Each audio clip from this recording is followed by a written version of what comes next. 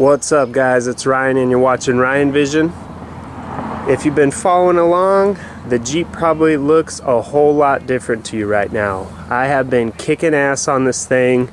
I've had some buddies helping me kick some ass on this thing, and we have made some serious progress. I think today's video is going to go over some of the painting that I've done, including the bumpers, so I'll show you the bumpers as well. But this thing is just looking so fresh. If you haven't already, make sure you subscribe. Go back and check out the earlier videos. When I got this thing, it's a 05 LJ. It was rusty. The frame was rotting from the inside out, and just every bolt rusty. I can't even tell you how many bolts we snapped on this thing. Just rusty bolts snapping right off. So this thing has come a long ways. And I'm happy to tell you guys that today what you're looking at right now is a solid Jeep. The frame has no more rust in it or on it. It's a clean, solid frame. Thanks to my buddy Mitch Mitre, and also the frame sections from Metal Craft, or excuse me, what is it called? I can't even think of what it's called right now, but I'll check that and I'll put it in there. Anyways, I didn't have the best experience with them. I don't know, their customer service is not so great, and the part on the back didn't really match up the way I expected it to, so I'll talk more about that. But anyways, let's get right into it, guys. I want to show you the frame, I want to show you the bumpers, I want to show you everything that we've basically painted and removed rust from. So let's get right into it, okay? So I'm just going to bring you on in and show you the frame here. So basically this whole middle section and also the rear section, let me show you where it ends. And sorry guys, we're going to have a little airplane traffic. I live right near an airport. So you can see right here, see this line? This is the new frame section. Okay, so what Mitch Mitre did for me, and the reason I said Metal Craft is that's his company, Metal Craft Offroad Innovations. He cut the whole bottom half of the frame off. And by the way, this is a factory. Not sure what, you know, that's some kind of bracing maybe for an accident or something, but that's factory. We didn't do that. And then if you see here, this is where the front frame section ends. So what he did is, behind these new frame sections, these are basically, if you were looking at it the other way, it's shaped like a U. It goes over the existing frame, and they're 10 gauge steel, I believe. So Mitch cut off the whole bottom half of my frame, which was just full of rust and rot. It was nasty. It used to have these holes on the side of the frame, and one day I stuck my finger in there. Actually, it was a night I had had a few beers, and I thought I saw something in one of the holes, and I said, you know what, I'm gonna go stick my finger in there. So I did, and then I almost threw up because there was just so much rust, so much rot, so much crap in there, just dirt, buildup, rotting away in there. And like I said, I felt sick to my stomach, guys. I'm not even joking. I know it sounds funny, but I felt sick to my stomach. Obviously, the previous owner knew about it because he had just done a Rubicon Express 4.5-inch short arm lift. And so the factory belly skid, we're now sitting on Iron Rock Off-Road long arm suspension. But the factory belly skid, the 3 bolts that went into it, on the passenger side, they couldn't even bolt it back on. It was so rusty that it just spun around, you know, it wouldn't even grab the nuts inside the frame. So obviously he knew about it. He sold it to me anyways. I asked him about rust, but you know, I'm forgiving that because that's my bad. I should have checked it, and now it's kind of funny. I tell everybody, finger the frame, you know, if they're looking at an LJ or a TJ, finger the frame. I should have fingered the frame, and I didn't, so that's my bad. Whatever, you know, that dude, you know, he got away with some cash, but I'll tell you what, I still underpaid for this thing. I really did. I feel good with what I paid for this thing, so it's all good. Now, here's what I'm talking about, and I still can't remember the company name, but that's probably a good thing. So this rear section here does not butt up to this midsection, and their competitors, I think it's called Auto Rust Technicians, I believe theirs comes all the way over here, goes under here, and then comes over here and butts up with this. The reason this pissed me off, and I contacted the company, is because my frame was rotten, and so I couldn't have this gap here. And so what Mitch did, you know, the gap was underneath and on the inside too. What Mitch did with Metal Craft out of California, what he did is he plated the back for me and he plated the bottom, so he filled that. We didn't mess with this, it was pretty solid. I might fill that in just for looks. But Mitch, thank you, man. You did that for me, and because we had a hole on the back of the frame about halfway up, and I just didn't feel good about it, because you strengthen all of this with additional 10 gauge steel over the frame. So imagine behind here, the factory frame is cut right about in here, maybe a little higher than half. It's cut all the way, and all that rusty crap from the bottom down is gone. The top of the frame was good. And then what Mitch did for me is he sprayed a bunch of coating on the inside of the frame to make sure no more rust happened. Even though we're in California, we don't really have these problems. This is something that happened when the Jeep was on the East Coast toward the early years of its life. But Mitch cut the bottom half of the frame off, he coated the inside for me, and he put these new 10 gauge steel sections on for me and welded them up. He's an excellent welder.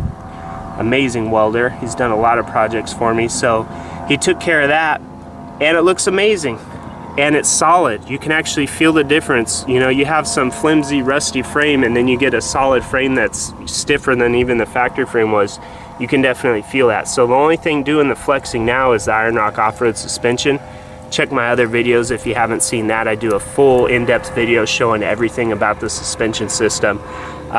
So that's the first thing I wanted to show you, is when Mitch got done with that, putting the new frame sections on, he went ahead and coated all of the new frame with flat black, and it just looks very clean.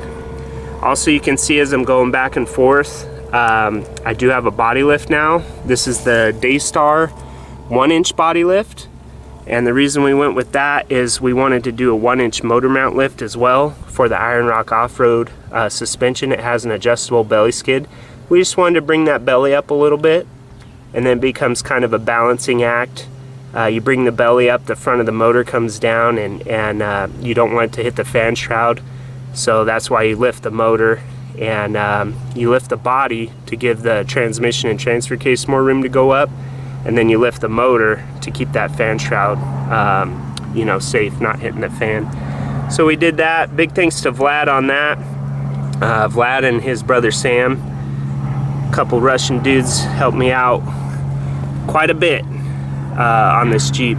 We had some broken body bolts, rusty bolts like I mentioned previously, but Vlad doesn't give up, man. He just, you know, we had a couple bolts break and he just keeps going, so we figured that out. So I think that pretty much covers the frame. So big thanks to Mitch Mitre with Metal Craft out of California for doing that, taking care of the rust for me, and also slapping this Iron Rock kit on for me. And big thanks to Vlad and Sam for helping out with the body lift. And also what I'm going to cover next is the rear coil relocation. So this is something that Vlad and Sam helped out with. And if you know LJs and TJs, this is normally, you can see this groove. And I kind of left this here on purpose to show you guys in this video. This used to be here, okay? So this whole upper coil perch, whatever you want to call it, it used to be angled like this. Oh, what do we got? What do we got? Oh, sorry guys, I can't get it. I see it with my eyes, but it's gone already. It's a T-38 out of Beale Air Force Base. Got a nice little jet flying over us. Anyways, this coil perch used to be angled like this, okay? And obviously you can see further forward by a couple inches. So what that did was, when we did the long arm suspension, the coil was very bowed, And what I mean by that is it was not straight up and down. The middle portion of the coil was bowing out toward the back, and that doesn't allow it to work properly, you know, for the suspension. So you get this weird kind of bouncy ride. It doesn't do what it needs to do. Now it does. So Vlad and Sam, they did a really great job. They had done it before on another vehicle. They had practice right before mine. So what we did is we cut the factory coil perch off. We just cut the welds off, repositioned it where we wanted it to make sure that the bump stops lined up and everything, and then welded it back on. And so as part of that project, once we got done with that, I did get the bump stops dialed in. So there's brand new bump stops on there. These are the Iron Rock Offroad. It's included in the long arm kit, the extensions that push it down. And then I added my own extension on the bottom, because I'm planning to run hopefully 37-inch tires once I do the front Dana 44 swap. So I'm just bumping it a little sooner.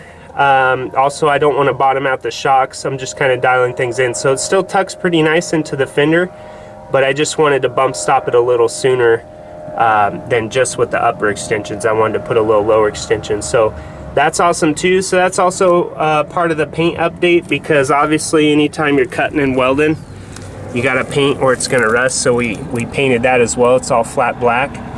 And then we did that a little while ago. So I've been real happy with that. It rides much better now. The suspension's much better. And then just today, I did a cleanup on some flat black. So basically it was all clean coming along here, and then it was nasty back here because I hadn't taken the bumpers off.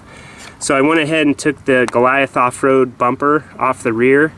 And let me show you that, but I took it off so I could get in here with some flat black, get it all clean. It was looking really nasty.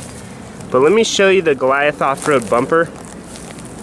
This is called the Trekker, T-R-E-K-K-E-R, if you want to Google it. Oh man, the lighting's getting us. Let me try to hide behind the Jeep. Great looking bumper. Hopefully you guys can see that okay. I posted this on my Instagram. I have, I don't know, 25,000 followers, something like that. And I posted this along with some other like major name brand bumpers. And this thing won by a landslide. So Goliath Off-Road, they nailed it. Just the shape of this thing. The fact that it has full width protection. It sticks out just a little more than the tub. I love that. That's what I wanted. I wanted something that really stuck out a little bit. I want to hit my bumper. I don't want to hit my tub. And then I also love that it had the cutouts already for the pods. So I got the GG lighting pods. If you guys need any LEDs, whether it's pods, bars, mounts, whatever, Google GG lighting, all one word. You can see it right there. And you can use my coupon codes. I think Project ZJ still works, but Project LJ will also work. You can get a discount. Full disclaimer, guys, I don't get anything out of it. It just saves you money. So feel free to use those coupon codes. High quality lights.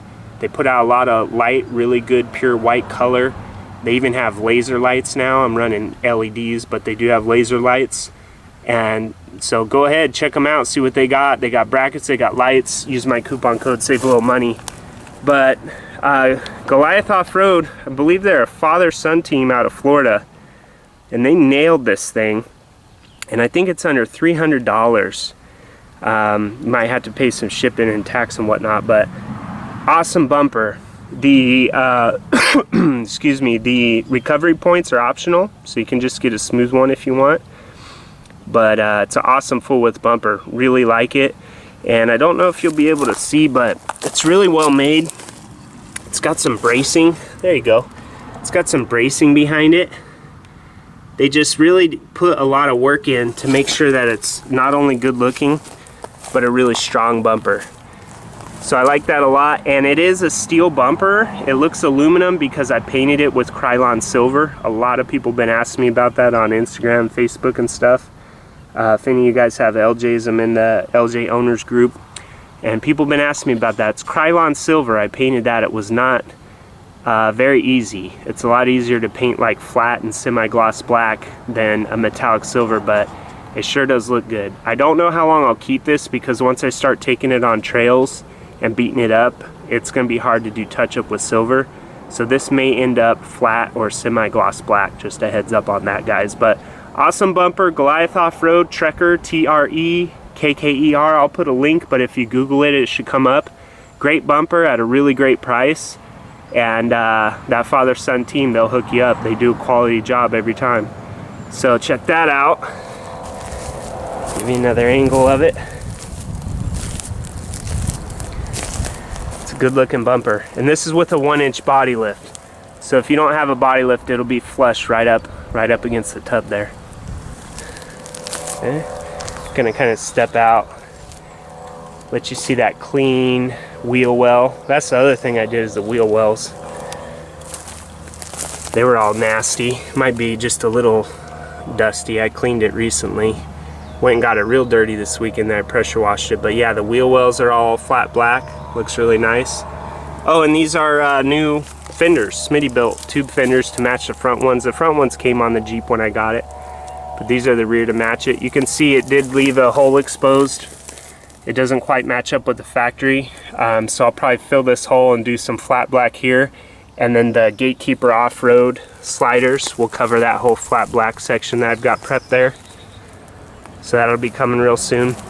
And then these are the Smitty builts that came on the Jeep. They were already on the front, and I went ahead and kept those, but I got rid of the Smitty built front and rear bumpers as soon as I could. So here's a quick look at the flat black on the front frame. So this is the original frame here. This was all nasty looking, all light colored, some rust on it and stuff, just surface rust. And then this is where Mitch ended the new frame section. He had flat black here, so I took that flat black all the way forward. I just did that today.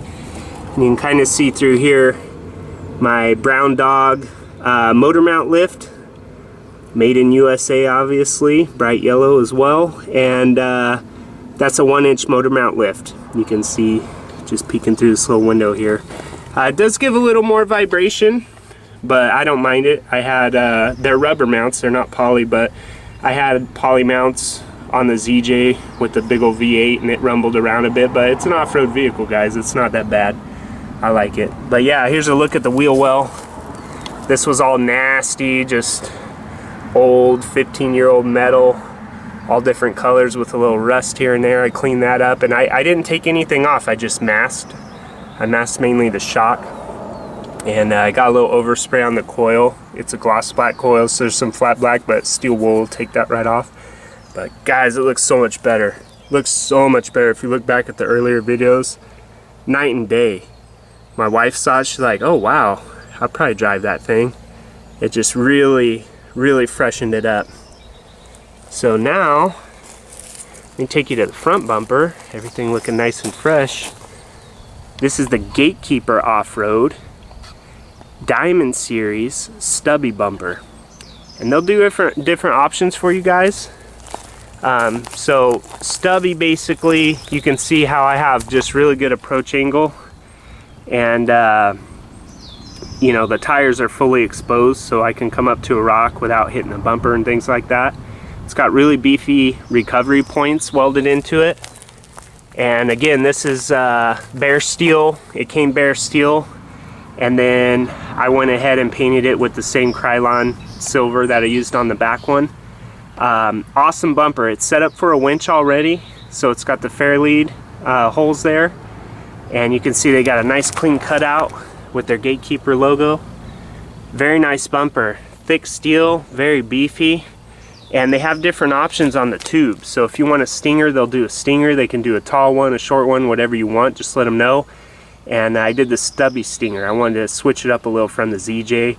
I had the full rounded stinger. I wanted to do a little Stubby bull bar type setup on this, and I'm going to put a little light bar underneath that, and then I'll get a winch mounted and stuff like that. But very good looking bumper, very well made. It's got the cutouts on the side if you're running a sway bar like an anti-rock, things like that. And it's already got the holes set up for the winch, and like I mentioned, the fair lead. Very good looking bumper. Totally changed the look of the Jeep. Just trying to give you a couple different angles of it. It's a really good looking bumper.